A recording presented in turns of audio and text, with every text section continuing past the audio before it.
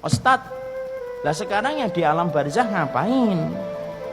Yang di alam barzah ini sekarang kita harus paham, alam yang dilewati manusia itu 4. Ada alam janin, ada alam dunia, ada alam barzah, dan ada alam akhirat. Nah sekarang yang di alam barzah ngapain Ustaz? Di alam barzah itu 2. Kalau tidak mendapatkan naim, dia mendapatkan adab. Kalau tidak mendapatkan kenikmatan, maka dia mendapatkan adab.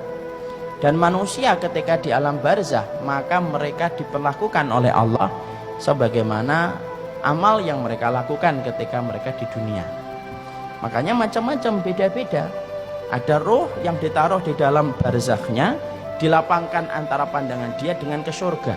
Maka dia melihat surga dan dia menikmati itu setiap waktunya dan setiap saatnya. Itu kenikmatan. Ada roh yang kemudian tergantung antara langit dan bumi. Siapa roh itu? Yaitu adalah mereka yang memiliki hutang, tetapi tidak membayarkan hutangnya sampai dia meninggal dunia. Dia tergantung antara langit dan bumi.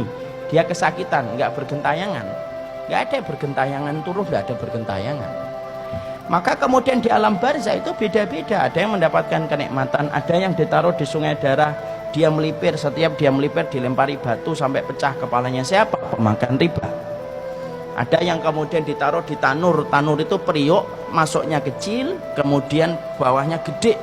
Untuk siapa? Mereka para pezina yang tidak bertobat sampai kemudian mereka mati dengan zina yang mereka kerjakan. Dididihkan oleh Allah setiap waktunya. Makanya zina itu urusan gede, itu zina. Urusan yang tidak bisa dipandang remeh itu urusan zina. Maka dipanaskan. Ada roh yang kemudian di dalam tembolok burung-burung hijau menikmati surga, masuk ke surga di tembolok burung hijau, kemudian makan yang di surga, kemudian rumahnya di bawah arsy Allah. Siapa itu?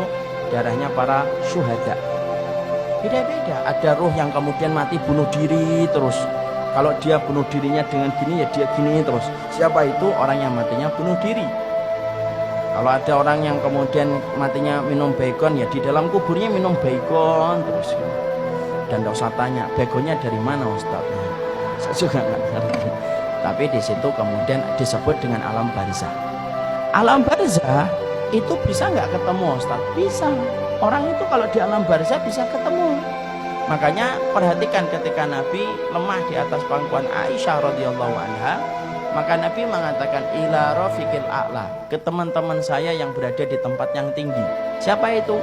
Musa, Ibrahim, Harun, Ismail. Makanya Nabi ketika Isra Mi'raj ketemu nggak dengan saudara-saudara beliau? Ketemu Nabi Musa, ketemu Nabi Ibrahim, ketemu Nabi Adam. Berarti dari dalil itu alam barzah itu mempertemukan ruh selama mereka mendapatkan kenikmatan kubur. Keluarga kita ketemu dengan keluarganya selama mereka sama-sama mendapatkan kenikmatan kubur. Jadi maaf, kalau orang tua kita, bapak kita meninggalnya di Aceh, ibu kita meninggalnya di Timur-Timur, selama mereka sama-sama mendapatkan kenikmatan kubur, maka mereka ketemu. Karena alam barzah itu tidak sendirian. Alam barzah itu mempertemukan dengan saudara-saudaranya, syaratnya satu, sama-sama mendapatkan kenikmatan kubur.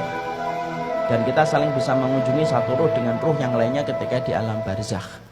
Makanya kita kemudian mendapati satu hadis yang disebutkan Rasulullah, roh itu kalau mereka berada pada kenikmatan kubur, mereka saling kumpul.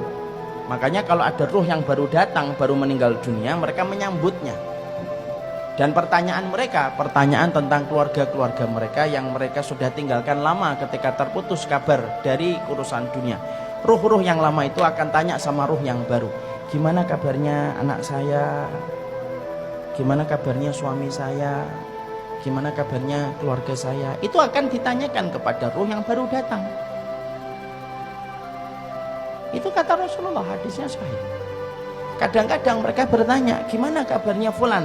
Maka ruh yang baru datang itu berkata, loh, fulan itu sudah meninggal sebelum saya. Dia sudah meninggal sebelum saya.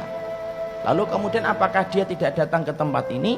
Baru kemudian dijawab, oh kalau dia tidak datang, kalau meninggalnya sebelum kamu, kok tidak datang kepada kami, fa'idha huwa ila hawiyah, berarti dia pergi ke pangkuan api neraka.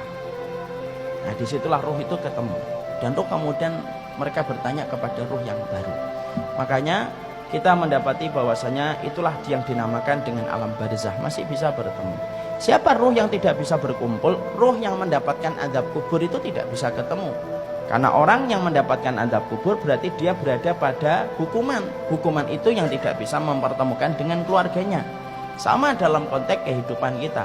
Kalau ada yang di Cipinang penjara, dia tidak bisa ketemu saudaranya, tidak bisa ketemu dengan keluarganya. Sama sebagaimana itulah kita kemudian mendapati di dalam ruh itu semacam itu.